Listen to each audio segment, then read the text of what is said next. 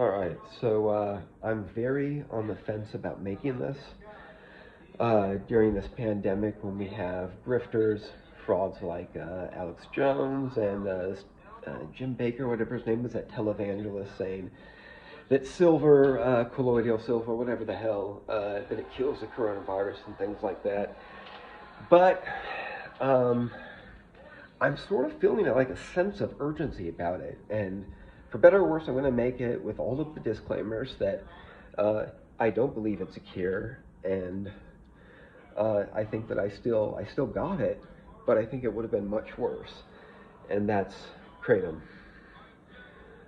Um, Sorry, I'm getting a text. I hate it when that happens. Every time I make a video, a little notification comes up. All right, so started with a headache, brutal headache, and I still have it, but I'm dealing. Maybe my body's just adjusting, but I'm feeling optimistic.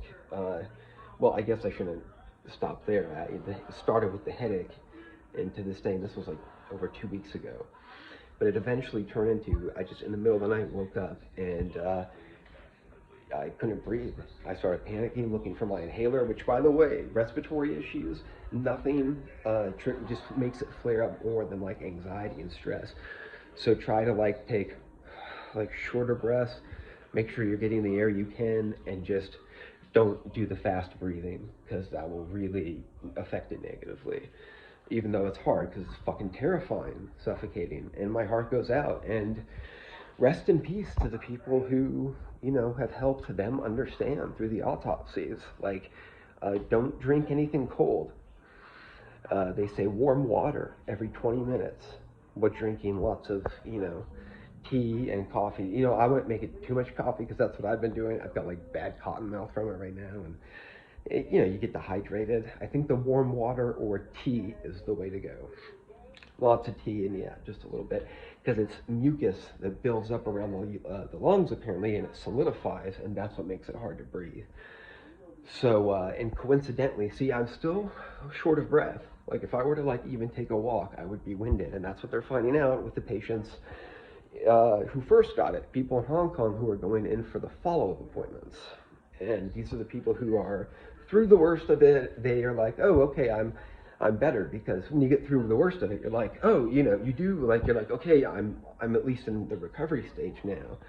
At the same time, if a person has lost, they said 20 to 30% of their lung function, are they really better? And because 30% is almost half, that's really shitty. But because I'm asthmatic, or I have been, usually just an allergic reaction to cats, luckily I had an inhaler that I was able to find that saved my ass, because it's really scary not being able to breathe. Holy shit. Anyway, hopefully everyone's staying healthy. They say metallic surfaces, watch out for those. Can stay alive for up to 9 days, is what I heard.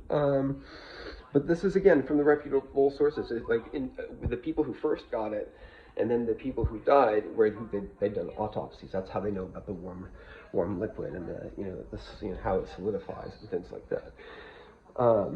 I mean, there's a lot of other stuff going on, and it affects a lot of people differently. Some people, the small minority, you hear a lot about flu. It's just like the flu.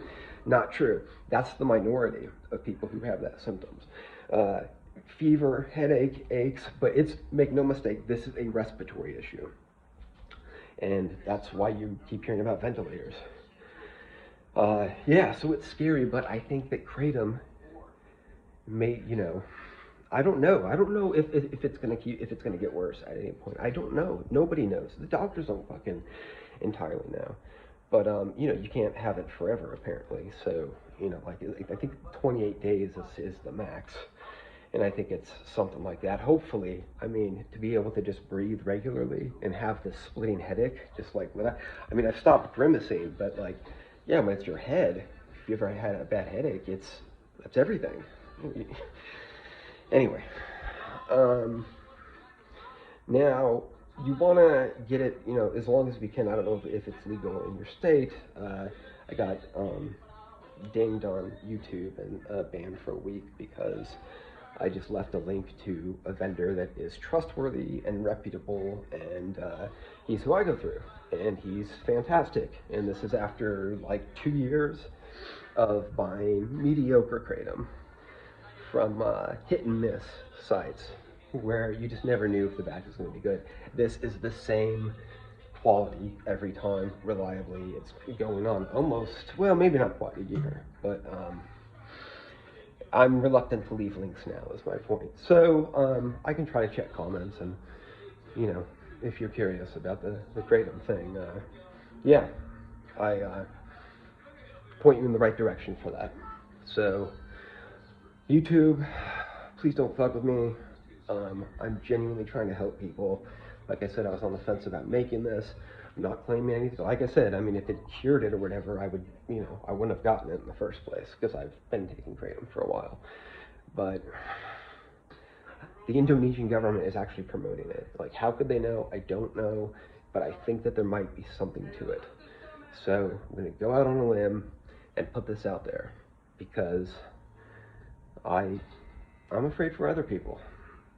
It's just how I am. So good luck, stay healthy, watch out for metallic surfaces, wash your hands, wash your clothes. They say that's another big one.